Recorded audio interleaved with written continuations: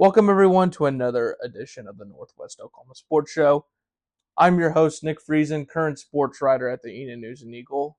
This episode of the Northwest Oklahoma Sports Show is brought to you by Kinley's Tanning and Boutique in Enid. From custom game day tees and boutique fashion to tanning and red light therapy, they've got everything you need to look good and feel even better. Stop by 2108 West Willow Road or follow online at kinleyscreations.com. Make sure you do what you usually do on Spotify and YouTube on the Northwest Oklahoma Sports Show. On YouTube, make sure you like, subscribe, and turn on that bell for notifications so you never miss a video or a podcast. And then on Spotify, make sure you're following the page Northwest Oklahoma Sports Show so you never miss a video or podcast on there as well. Alrighty, we have a fun show planned ahead for you, so let's get right into Northwest Oklahoma Sports. So for this first topic on this edition of the Northwest Oklahoma Sports Show, we have new coaches at Enid High School. Derek Irving, now the new boys basketball coach, and Katie Bird, she's now the new swim coach after they were voted on and approved in the Enid Public Schools Board of Education meeting Monday. We'll start with Derek Irving, who's been named the boys basketball coach. He comes from, New York. He's been with the program with Enid Public Schools since 2023, but he's originally from New York. Another thing to note here, he's been a head coach and a director of player development and recruiting in Legacy Youth Basketball, and which is an AAU, travel ball organization, I guess you would say. So he understands what it takes to be a head coach, and that's something he explained to me on Monday. He knows, how to run sets that makes his players successful in those sets. He understands, what it takes to give the players success within the game and then throughout the season. And so he understands, what it takes really to be a head coach. But he's just thankful for this opportunity. With Russ Gilmore leaving this summer, it was kind of tough sledding with, the coaching hirings and everything and within Oklahoma because, when Gilmore left, it was sort of just late into the summer where a lot of coaches have wrapped up, where they're going to school, where they're going to go coach, be an assistant coach or whatever. But I think this is a great hire for Enid basketball. Irving's been there since 2023, so he wants to keep the culture, but also want to establish his own culture as well. So here's Derek Irving talking about, how awesome this opportunity is for him and kind of, what they bring back and what their expectations are going into this season. Really? First off, I'm very, very honored and grateful for Enid Public Schools for giving me this opportunity. Coming from where I come from, I'm from New York City. Being a young man in the basketball coaching world, it's definitely been a long road to get here, but an exciting one. We have a lot of work ahead. Good luck to you. We have a lot of work ahead.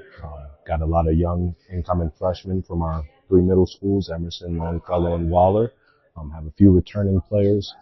So really working them in and getting them acclimated to the new culture and the new environment is going to be priority number one. We're going to work on skills. We're going to work on teaching the game and learning IQ. But most importantly is really changing the environment. The last couple of years, things kind of been on a little bit of a downslide. But it's our job to right the ship, and that's what we're going to do. So it's like Coach Irving said. They have a lot of young talent coming in from the middle school ranks that are going to be freshmen. And he's really trying to change the environment, which also means, establishing his new culture. And I think he'll be a good fit, with his Legacy Youth Basketball, being a head coach in that organization. He understands what it takes to be a head coach and what it takes to be a successful one. So I think he'll be a good fit for the Plainsmen. I think he could lead them to success next season. We're going to turn our attention to Enid High School swim now, as Katie Bird, like I said before, was named the new head boys and girls swim coach. In a statement from EPS press release, she said, "I'm thrilled and honored to be the head swim coach at EHS. I've been very fortunate to work alongside our swimmers for the past few years and witness their talent and dedication to the sport. My goals are to build on the strong foundation we've already established and help more EPS students develop a love for competitive swimming. I'm excited to see our team grow and continue our tradition of success." And that's something she said a similar statement to me on Monday after the school board meeting. She comes in, she's been here since 2023. And so she understands what it takes to be a head coach. She's seen the other head coaches. She understands what it takes to be one. And she's really not trying to change, the traditions or, the culture. She's just trying to sustain the culture. And really, she's also said the players are comfortable with having those conversations with her. So here's Katie Bird, talking about, how familiar she is with the kids and how the kids are familiar with her and how she's really not trying to change anything. She's just trying to improve on what they have set and what they're going to set in the near future.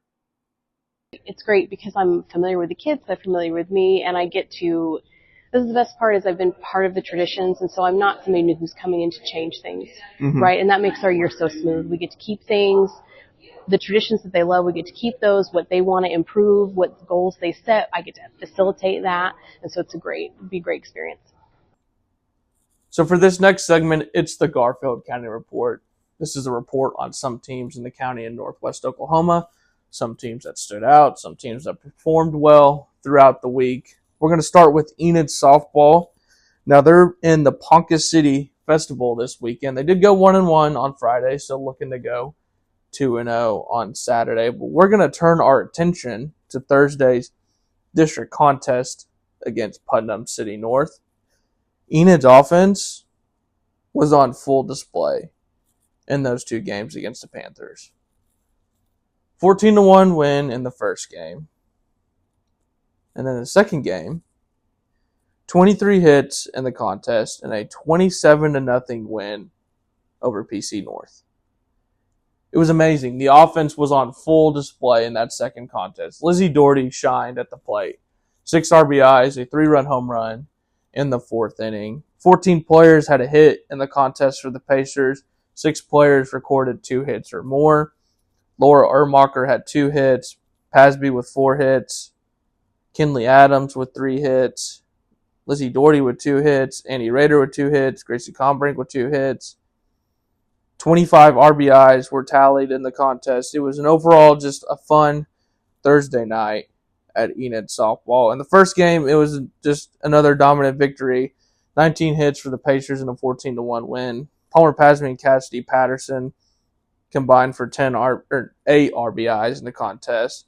Capri Mark had 4 hits, Pasby 3 hits, Patterson 3 hits, Gracie Combrink 2 hits, Carson Shane 3 hits in this first game. It was an overall just excellent showing of power at the plate. And really it was, contributions from everyone on the team. Everyone that stood at the plate in those two games made hard contact.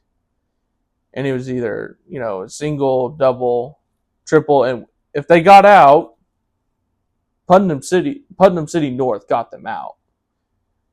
So it was an awesome showing for Enid softball and their offense on Thursday night. And Chris Jensen, he talked about after the game that, everyone had a contribution through those two games on Thursday. So here's Chris Jensen talking about the win and kind of the overall contributions from everyone on the team on Thursday night. We were fortunate enough to be able to really get everyone that was as a substitute or on the bench in the game.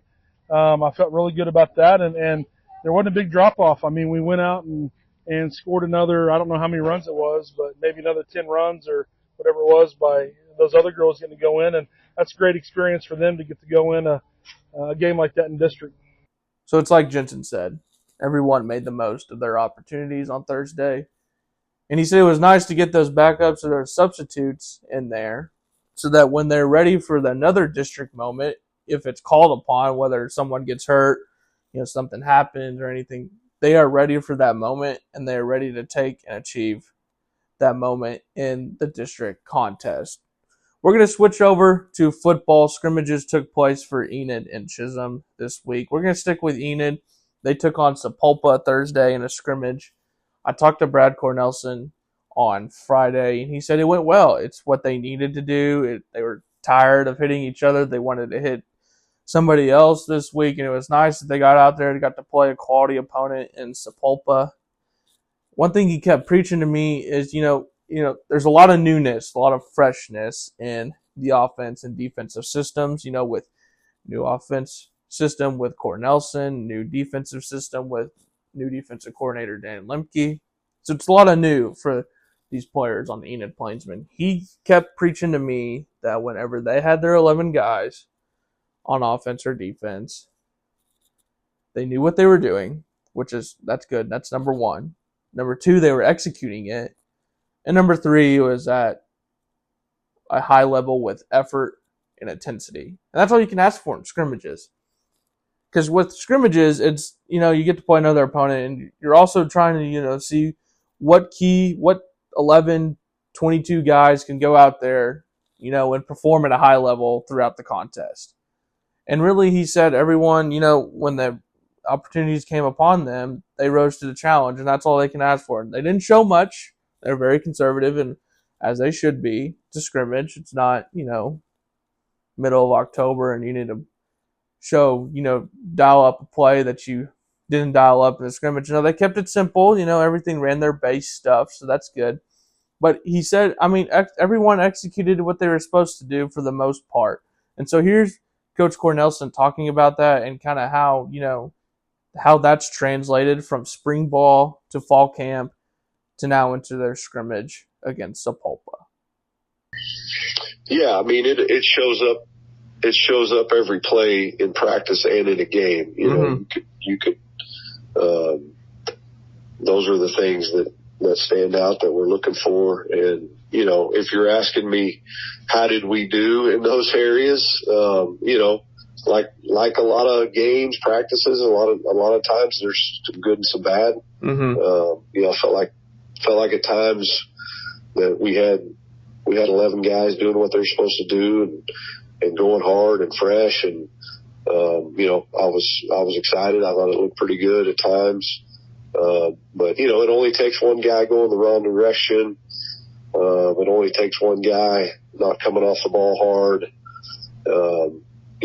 That's certainly there's a lot of little details when it comes to our assignment. There's still some guys that we got to get playing a little bit hard. We've got a lot of guys going both ways, but they got to continue to get in shape and get in that game shape that they're going to need to do a little bit of both ways. And we need the backups to really step up big for us to give some of those guys a chance to rest from time to time on either side of the ball. So, I told the team this morning, I felt like we had guys out there that were locked in, and we were trying to execute and do a good job. I didn't feel like we had a bunch of guys that got there in a game environment and just kind of lost their head or lost their composure or stopped doing what they were supposed to be doing.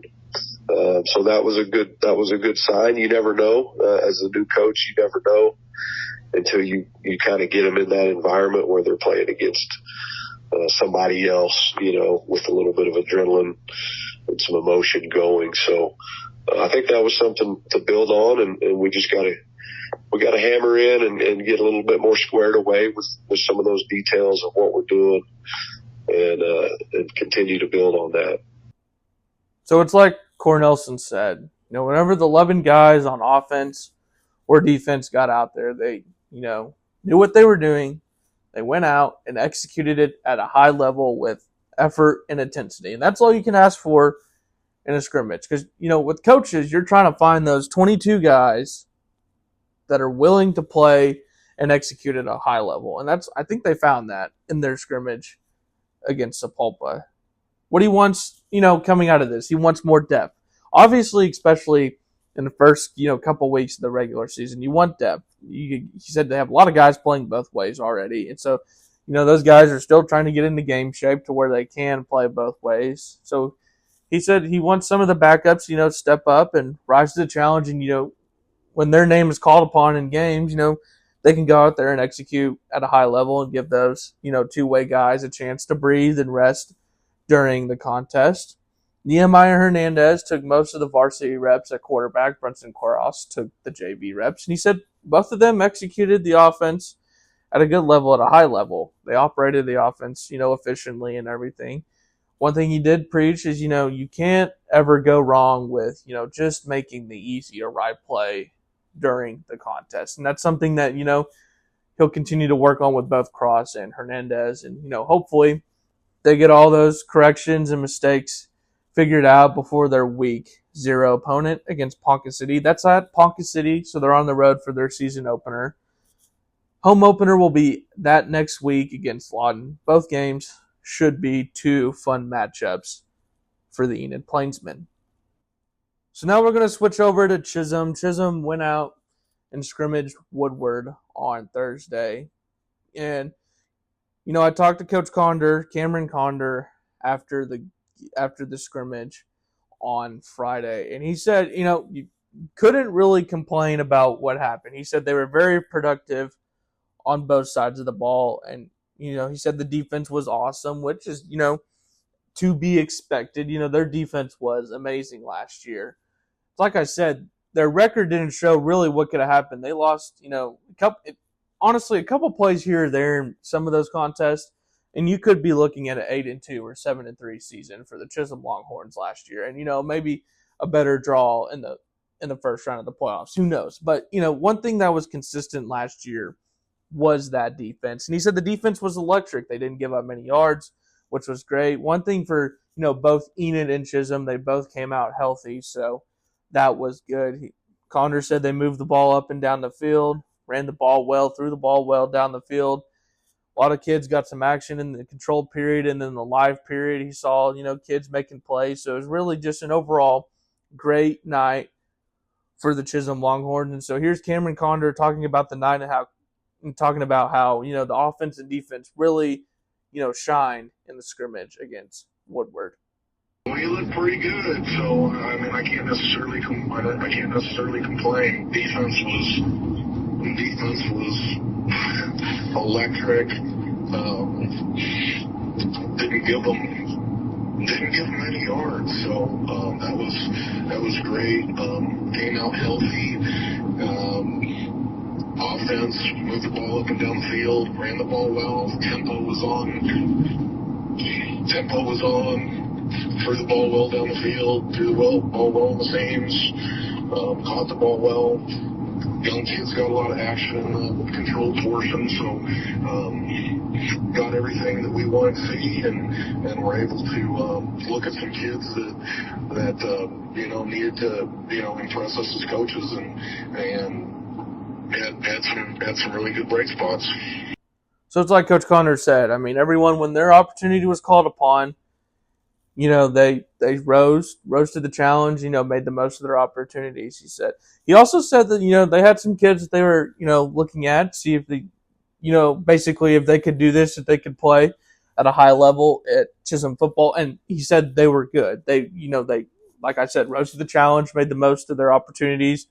And so he said it was an all-around good night for them. One thing I did talk to him, I asked him about, with this defense, it's, they're stout. They don't give up a lot of yards at Chisholm with this defense. And so last year that was a true example of a great defense. And, they bring back, most of those starters from last year's defense. And so I asked him about, just, the fact of, how awesome is that? You have that defense, so you have that in the back of your mind of, okay, well, if I need to, push the ball down the field a little bit more this drive, or do I need to be, a little bit more aggressive on this drive? So I asked him about that. And so here's Coach Conder talking about, just the fact of, you have that defense in the back of your mind. And, he basically said that, if we're still trying to figure out some stuff on offense in the contest, that he knows that defense is going to be there throughout the games. Well, I think the good part of that is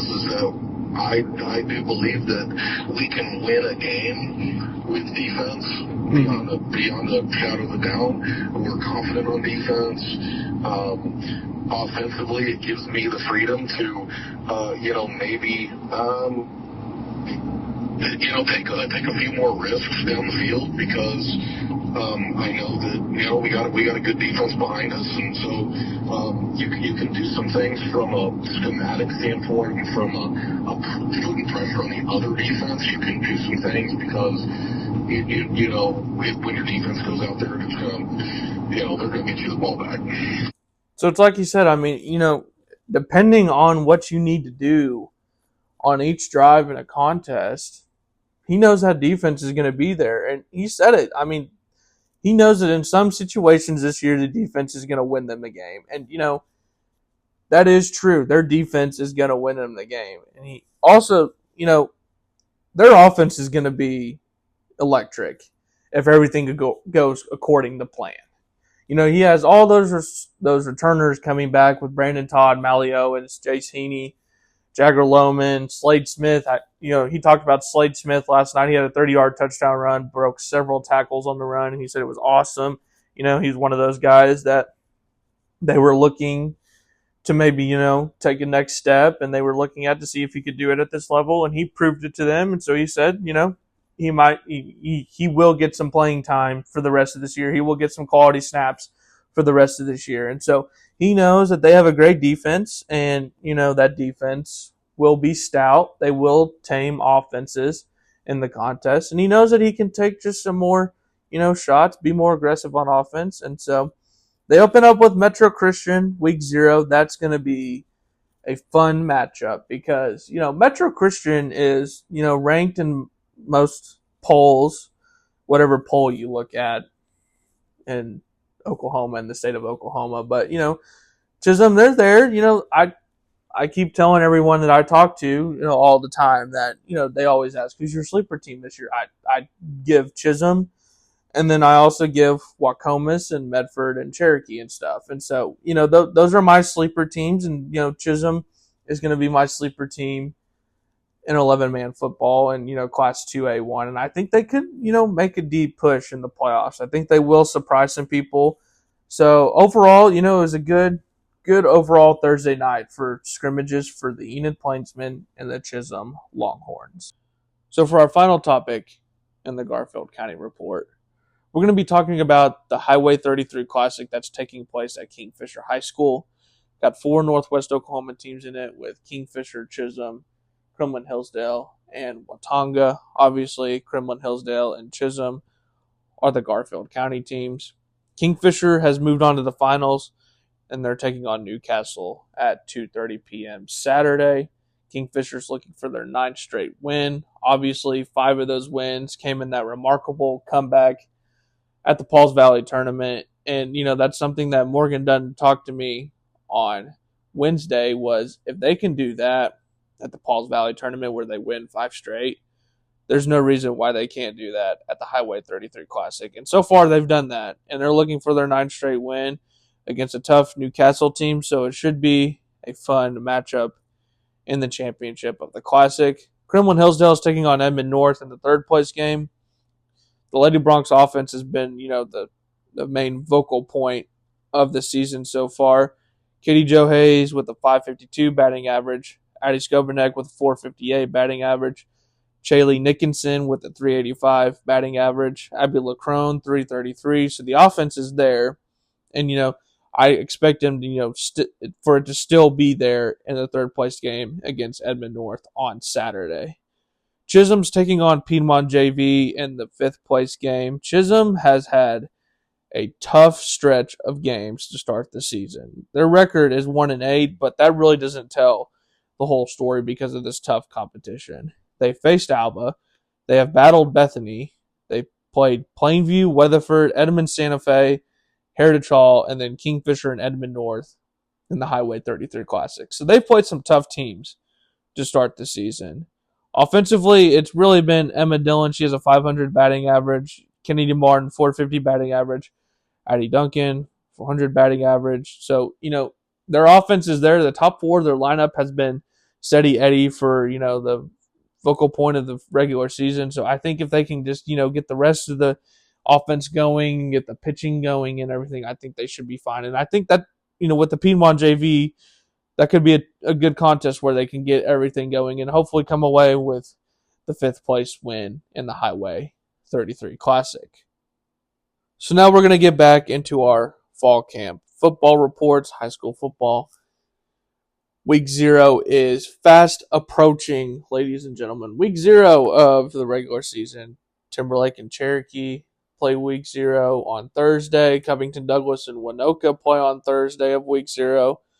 Should be an exciting time for high school football next week. We got 5 schools we're going to talk about today. We're going to talk about OBA, Covington Douglas, Garber, Pond Creek Hunter, and Cherokee. We're going to start with OBA. Last season, the Trojans win 1-9 on the year, their only win being a 56-36 win over Burns Flat, Dill City. Youth is a definition that could have described them last year, and now youth is another way to describe OBA this season. They have youth everywhere. I think they only have 2 or 3 seniors this year, so I mean, they're young, but one thing that I've noticed is those young players that were there last year, and this is what also Coach Chris Kayott has told me, they are students of the game. And what that means is they love to learn the in and outs of their offensive system, of their defensive system, or just, anything really in life. They are learners. They want to learn what it takes to be successful in this sport. And so they're students of the game. And so that also translates into the off season where, if they want to be, students of the game and they want to learn what it takes to be successful, well, obviously what it takes to be successful is in the off season, you got to put work in. You got to put work in the off season. You got to, get bigger, faster, stronger, as coaches say. And that's one thing that I noticed at fall camp whenever I went out there a couple weeks ago. It's their bodies have changed in a good way, and they're more physical out there. It just looks like all of them have matured in their bodies, and that's something that I asked, Coach Kayott whenever I was out there at fall camp is, they have all changed and they've all grown and got bigger, faster, stronger. And so here's Coach Kayott talking about that and just kind of how, the approach they took into the offseason workouts this year. Because, last year they did battle with some injuries. They were injury prone last season. So here's Coach Kayott talking about how they, took that and kind of just translated it to in their offseason workouts in the summer. Well, first of all, we changed things up a little bit. We've had a couple years where we've battled injuries pretty hard. So we, Coach Caden Kennedy, actually our basketball coach, his wife is a workout guru. She has private practice. She helped us a lot. She tested our kids in the spring and beginning of the summer. So we kind of fine-tuned things to our kids a little bit more, and just did some different things to build strength, but also build flexibility. With that, we've gotten a little faster. I wouldn't say we're a fast team. We're trying to be a quick team, at least. But yeah, they did a great job. All of our coaches that were around, Coach Jim Coleman was around helping speed work and in the weight room this summer. So, summer we try to get everybody up there working together and have more of a community feeling where instead of just a team feeling, instead of a football team feeling. So, yeah, a lot of our guys, natural growth and then just working hard. They've definitely become better athletes. So it's like Coach Kayott said, they've, developed their bodies over the summer. They've gotten bigger, faster, stronger. They're still trying to be a quick team. And, that's one of the strengths of that is, that's tied into being a student and a learner of the game. Once you learn that you need to grow into your body, you need to grow into your body. And that's what they've done. And, that off-season summer workouts only translates to success in the regular season. We're going to switch over to Covington Douglas. They had a remarkable season last year, going 12-1 in Class B2, made it to semifinals before losing to Sealing in the playoffs.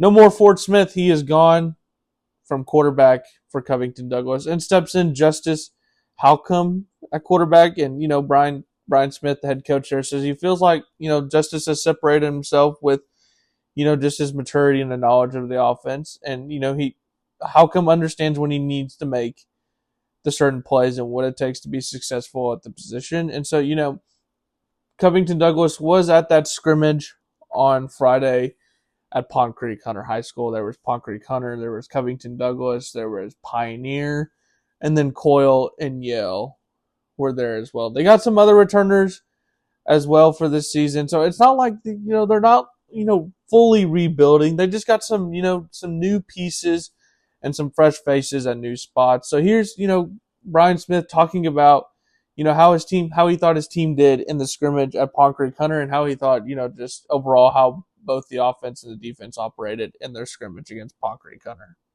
I thought we played well. I thought we competed in that first session with our ones against Pond Creek. I was very pleased with our defensive intensity, our getting hats to the football.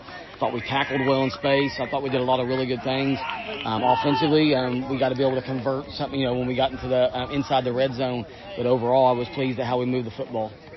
So it's like Coach Smith said, they operated well on both sides of the ball on offense and defense. And, their returners are going to be key for them this year. Rylan Fisher on defense racked up over 140 tackles last season. Grayson Marler is another one that can return for them this year after collecting 483 rushing yards last season. So they got some returners. They got some experience coming back. One thing that, Smith has been preaching is depth as well. I mean, they don't have – I should say that they're trying to develop that at, these first 3 weeks of the regular season and really in this non-district slate as well. So they're trying to, get some other guys, get some other pieces around, the starters and everything, and hopefully they can do that and turn it into a successful season at Covington Douglas. So now we're going to turn our attention to the Garber Wolverines, who went 9-4 last season and made it to the semifinals of the playoffs.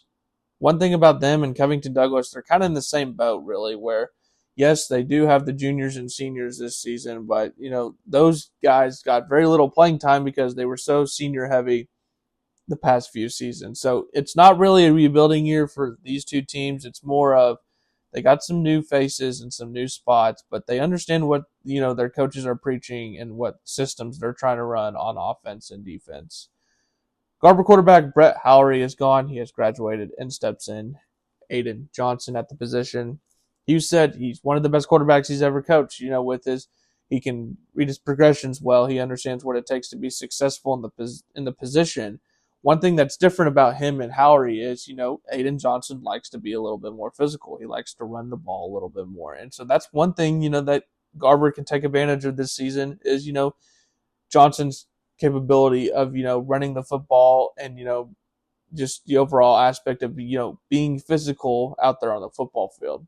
One thing that Coach Coy Hughes told me in our interview this past week was they want more, vocal leaders. They're skilled enough to lead by actions and everything, but they're still looking for vocal leaders. They've been working on that in fall camp. And so one of those players he talked about was Nick Nahara, where, Nick's not really a vocal guy. He's not really a vocal leader. He leads, by his actions.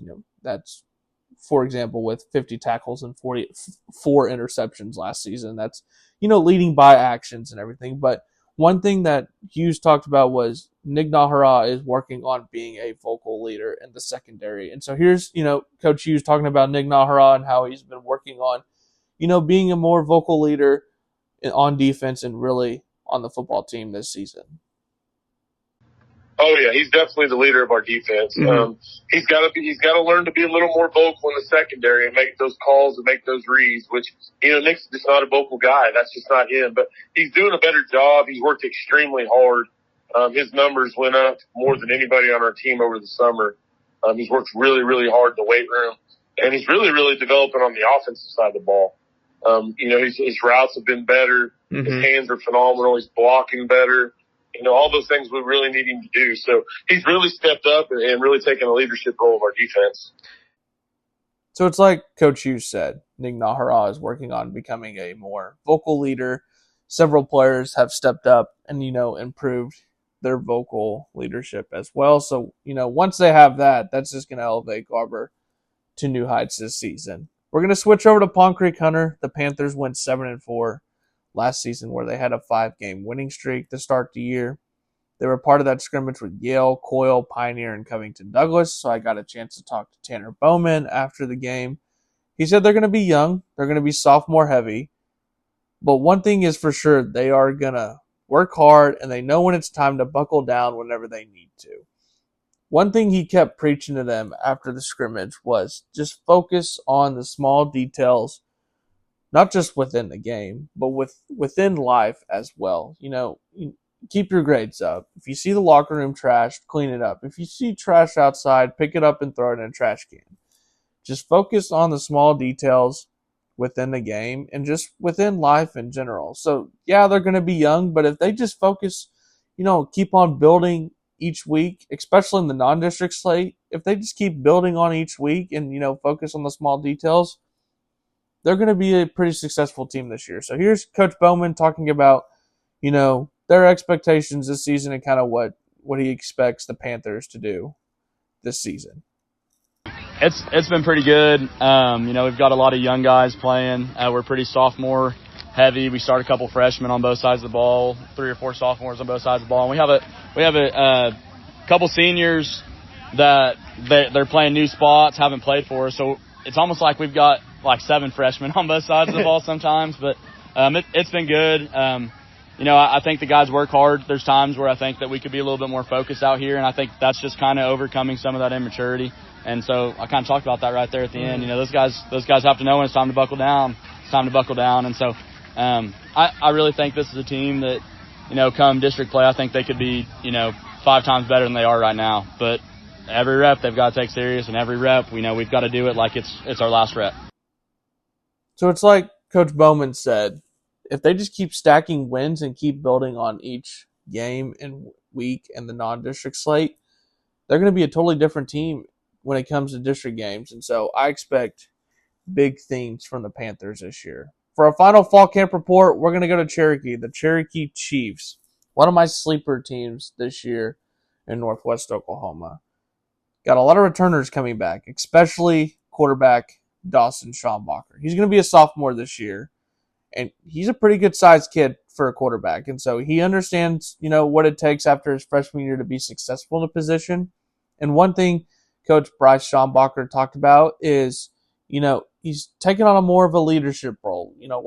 Especially with any freshman, you're really just there. And if you're getting to play, you're just looking to be productive and, make plays happen and, execute at a high level. So you can get that confidence from your teammates and everything.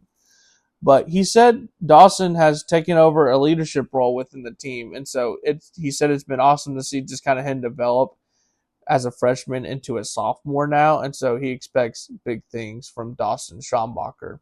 One thing for them, too, is they got 23 kids out. So that's depth, especially in 8-man football. That's, backups and everything that can go out there and execute at a high level. And he said they're starting to figure out, some combinations and some schemes, that would work best and with everything. And, even with that situation, they've started to figure out they do have some positions where, they do have several guys that are capable of playing in that spot. So here's, Coach Schombacher talking about, their expectations for the season and kind of, that depth creating an advantage for them this season. It's been really good. We've got 23 guys out this year, and I don't know that we've hardly had anybody miss a workout or a practice. Attitudes have been great. Even during these hot days that we've had, they're just, working really hard. Like what we see, we're still, pretty early. So, kind of moving some guys around, figuring out, combinations and what works best. But what we're finding out is, we've got a lot of options. We've got guys that can play multiple positions, and that's going to, I think, create some depth in some places that we weren't sure about coming in. So, right now we're very excited about what we see out of this team and pretty optimistic. So those are the fall camp reports for this week. Should be a fun week 0 next week. High school football is officially back in week 0. I'll be at 2 matchups. I'll be at Cherokee and Timberlake on Thursday, and then Enid and Ponca City on Friday. Weather could play a factor, but it's going to be cool, so I really can't complain. So should be a fun 2 weeks, or fun week 0, I should say. It should be a fun start to Northwest Oklahoma football. We're now to our final segment of the Northwest Oklahoma Sports Show this week. It's going to be our rant of the week. This is where I give my takes and rants on anything in the sports world, not necessarily Northwest Oklahoma. And this week we're going to talk about, college football starting this week. I know some of the outlets are not, saying, oh, this is the start of college football. It's just week 0. It's not week 1. It's not Texas versus Ohio State. When you have a top 25 matchup in week 0, that means it's really the start of college football. So this week we have Kansas State versus Iowa State. Farmageddon. It's going to be fun. It's going to be a nice little test for both teams to see where they stack up. If one of these teams can really make a deep run to the Big 12 title game, maybe make a push to the college football playoff this year. Should be a fun home environment for either Kansas State or Iowa State, right? No. They're playing this game in Dublin, Ireland. Outside of the country. And I get it why college football's doing this. They want to expand their popularity. They want to expand the growth of the sport. But Farmageddon? Why? I get it if Notre Dame wants to do it, but why are we doing it with these two teams? There's no reason why these two teams should even be outside of really the central part of the United States. They shouldn't even be outside of the country playing Farmageddon. Like, could you imagine Iowa State or Kansas State this weekend? They would be the first game this week. All those fans that are coming in would realize we have to create a moment that will people remember because it's the start of the season. But no, they can't because they got to fly all the way to Ireland to watch this game at 11 a.m. our time. But, it's crazy. I don't understand why they're doing this. I don't understand why they have to play these games outside of the country. And then there's another report that Michigan is looking for next season to begin their football season against Western Michigan in Germany.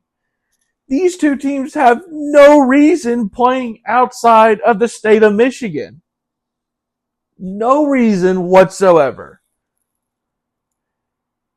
Now, I don't know if it will happen anymore since, the recent situations going on in Michigan with, all the penalties coming down from Connor Stallions and that whole mess.